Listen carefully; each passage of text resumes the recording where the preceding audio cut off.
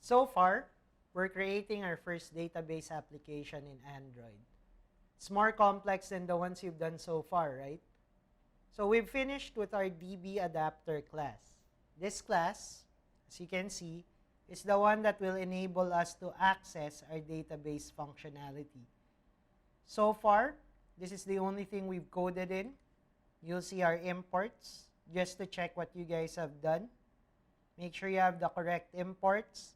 At the start of the class, we have our declarations for constants and variables that we'll use throughout the class. After the declaration, we have the constructor for the class. Then we have an inner class called database helper. That creates our connection to the database. And after those items, we now have the actual functions and methods that you need for a database. Close, insert, and get all entries, as well as a get random entry function. So before we continue, just make sure that you have this code in your project already. Consult the link so that you can download the correct files for this particular example. The next thing we'll look at are ways to make use of this DB adapter class. So again, recall all of the other projects that you've done concerning databases. Normally, the first thing you want to do with them is store data inside. Once you've stored data, you want a way to get data from a database. So we'll look at that now. First, we'll look at your application screen. This application is simple enough. On your default screen, I've called mine main.xml. You may have called your main screen something else. Just make sure you're keeping track of the names. It's simple enough. You see one text box. Or in Android, again, we know this as an edit text field. Then we have two buttons.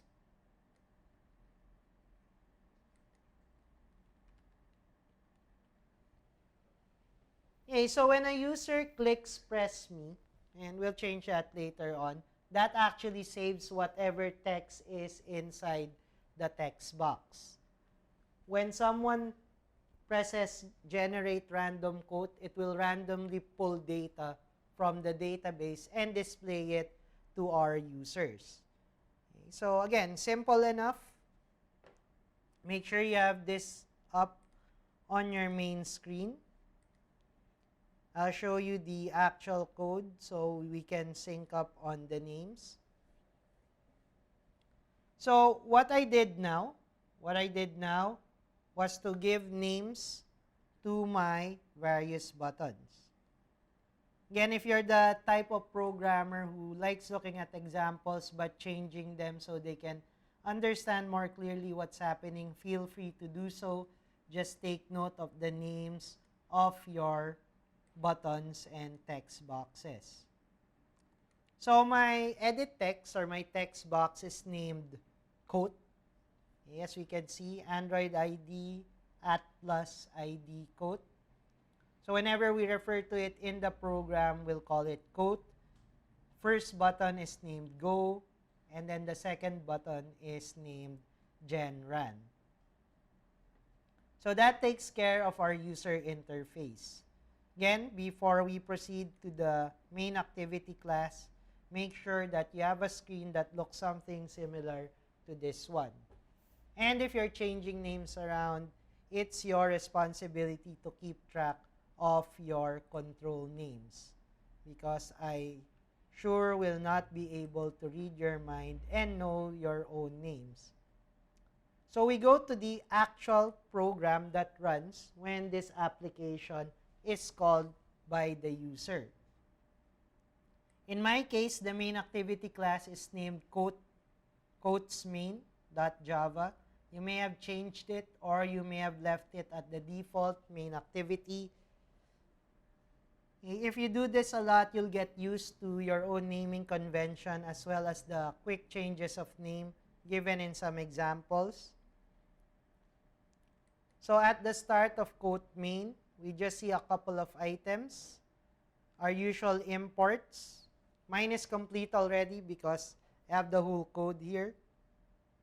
So we have our normal Android imports, which would be app activity and OS bundle. The rest are added once you start adding the code from the example. Okay, then we have the class itself. Since this is a main activity class, it extends activity. And we have the default function that all activity classes must implement. Okay, so as a review from what we've done so far, no Android activity can be implemented without implementing onCreate. It's the function that gets called when a user picks your application. So before onCreate, you'll notice that two variables are defined. A new DB adapter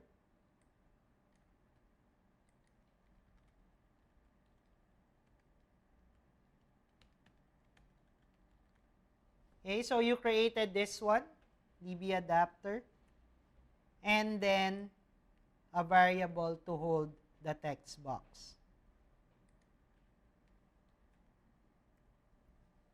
Okay, we do this so that we can manipulate those items further on in the code. OnCreate is simple enough.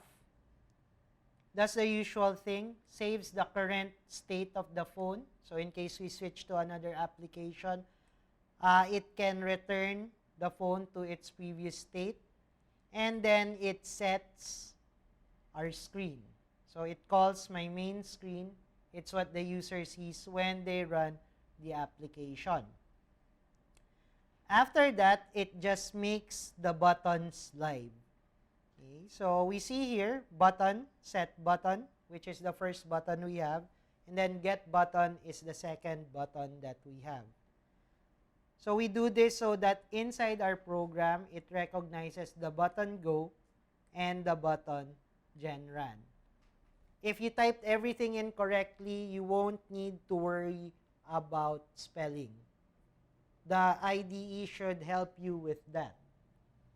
After the buttons are made visible, we set their on-click listener, which allows the buttons to actually interact with the users. Okay, so that defines the main activity, and then you'll say to yourself, looks pretty simple enough. The more complex code is at the bottom of that when we start defining on-click listener. So this does a couple of things. First, this gets activated when you press either of the two buttons in the screen.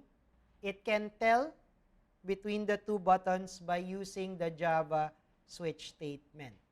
So all the controls that you put on your screen, especially buttons, they actually have a number attached to each one of them. So Android actually refers to these controls using integers. If you remember, one of the first things we looked at under Gen, there's a file called r.java, and this keeps track of all the controls in your screen, attaching an integer value to each one. Okay, so take a quick look at your r.java file. If you check it again, all of the items that you've been defining, from strings to screens to controls on the app, are recorded in r.java. When we first met r.java, I mentioned that it's something that you can look at, but you can't manipulate. Again, I'll repeat that warning. Do not try to manually edit r.java. Eclipse does that for you automatically. A common rookie mistake, they can't find their buttons. It's because they forgot to save inside Eclipse. That's the second tip. Always save so that r.java is updated. Once our .java is updated, you can use any of the controls that you created and refer to them using the convention r.id, as we've seen from our examples. And that's the reason why when you look at the switch statement here, it uses view.getID. So inside an Android application screen, you have a view object that represents the entire screen, and it keeps track of all of its pieces using integer values. Because of that, we can use the switch statement to evaluate what control is currently being used by the user. So looking further into this, I have two cases. The first case looks at Go. So if a user presses that particular button, it will open the database and try to save information. Okay, so looking much more closer into this one, we'll see now that it makes use of our DB adapter class and uses the insert code function that you coded for DB adapter. After it does that, it also tries to get all of the records inside the database just for confirmation, and it throws up a message box saying that the code was successfully added. Okay, if you take a look, that's the use of the toast object here, especially for people who grew up on Visual Basic or .NET and are fond of using message boxes. Android's message box is known as the toast object. So you'll see here the syntax for making use of toast. Every time we save a new code, a toast message will appear on screen. It's inside the try-catch. Java programmers, C++ programmers, C# programmers would be familiar with this. We always put items that will interact with input and output inside the try-catch, just to be sure that if something goes wrong, the catch statement will take care of the error. Okay, one thing to remember when making an app, you don't want your user seeing error come up on the screen. You don't know how they'll react. Some of them will just smile and shrug it off. Most of them will panic and call tech support. Catch is your chance to give them a statement that tells them why something went wrong. If I press another button, in this case, our genran button, almost does the same thing, except this time it makes use of the getRandomEntry function in DB adapter. Uses toast to show the saved record, and again, it's inside a try-catch statement, just in case something goes wrong, and we do not want to panic the user. At the end of all those items, never forget to close your database. Okay, that's very important. If you don't close your database properly, it might end up corrupting the data that's saved inside it. Okay, so if we review what we've done so far, we actually created a DB adapter class. So this again encapsulates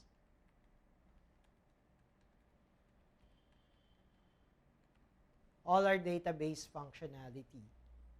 If you recall how long the code was, one of the reasons for doing this is so that we don't put all of those codes inside our main activity. Remember, the longer your code is, the slower your application will run, and the slower it will load on your phone. That's why we're putting our DB adapter in another class. The other reason for this is so that we can easily call all those functionalities without coding them over and over again.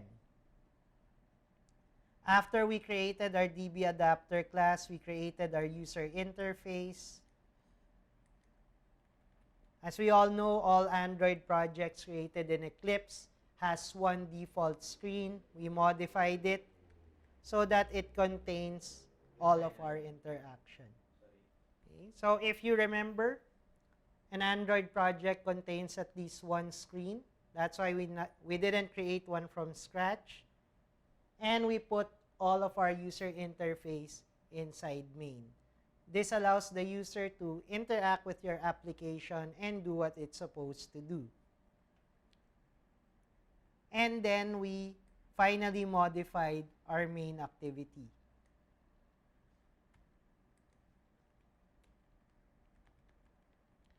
So any Android application must have at least one main activity, and that's called whenever the user starts interacting with your application, which means the moment that person picks your app from the application tray, main activity starts running. Okay, we'll look at each one before we run this. DB adapter, very long piece of coding. I suggest trying to type it all yourself from the materials that you can download for this course.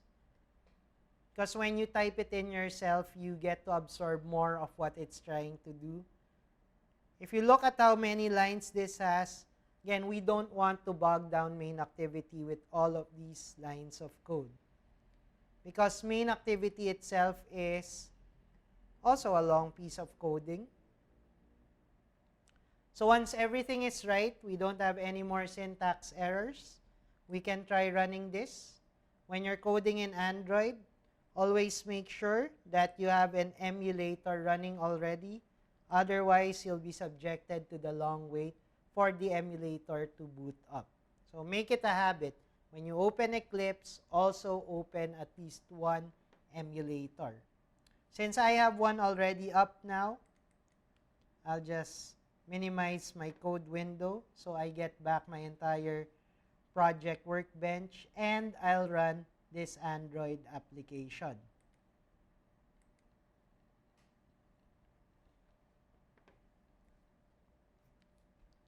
So everything is okay so far. It is now installing the APK file.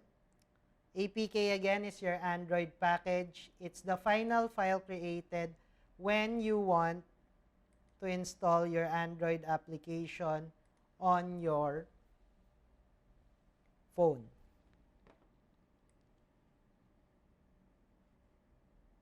So our app should come up shortly once the emulator decides it's ready.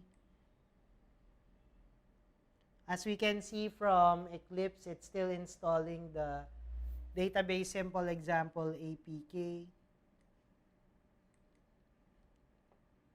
You can also check the DDMS view just to see what's happening.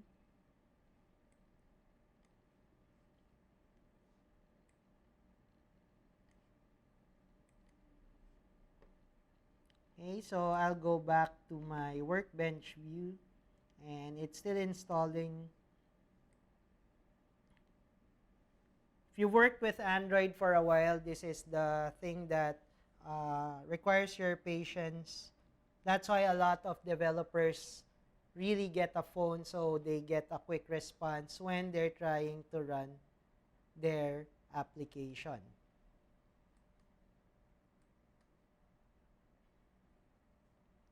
Okay, so now it's trying to start the application. Okay, so now it's the moment of truth. We have our database application running. As you can see from my screen.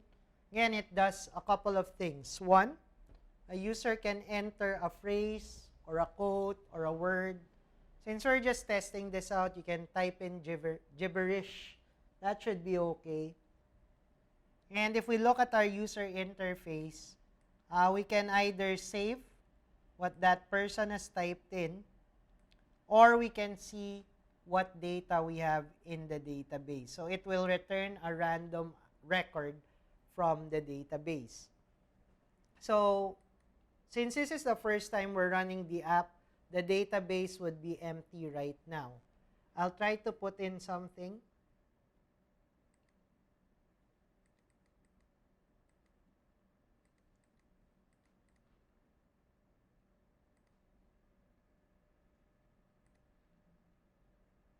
Okay, so these emulators again are somewhat slow. I'll just put in gibberish. If you're using an actual device to type items in, so much the better, because you can get a feel for your actual app. So I'll click on Save Code now. And you'll notice that when I clicked on Save Code, this message appears. So that tells us right now that we are able to successfully enter information into the database. And the way the code works, we blank out the text box. So that tells the user that the data he or she put in was saved in the table. I'll add a second one.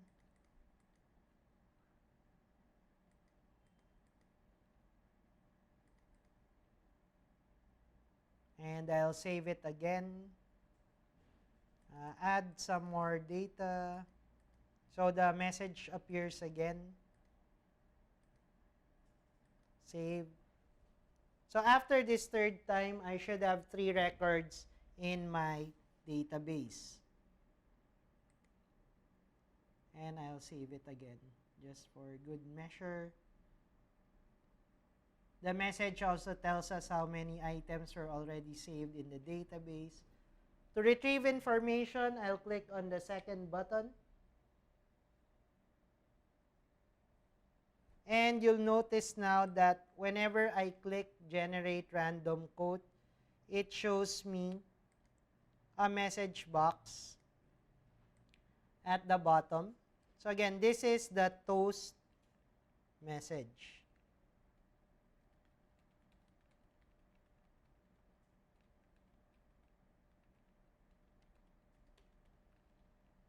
Okay, so if you just want to do that, in an actual professional application, you rarely want to use toast. But when you're debugging your app during development, it's a handy tool you can use to check if you're getting the correct information or response from your app. So if you got to this point, if you got to this running app, pat yourself on the back, because what you have right now is the complete sample of a very simple database application in Android. And you might be thinking right now, is that all there is to it? Actually, there's more. We need to save data. We need to modify data that's already there. The sample code will be given to you. You can download it from the same link, and you just add it to what we've done so far for this particular example. The good news is you can actually tell your mom right now, Mom, I actually made an app that has a database in my Android application. The concepts that we looked at here will form the basis for all your future database applications. Okay, so what are you waiting for? Download the extra code from the link that we provided and complete your database app.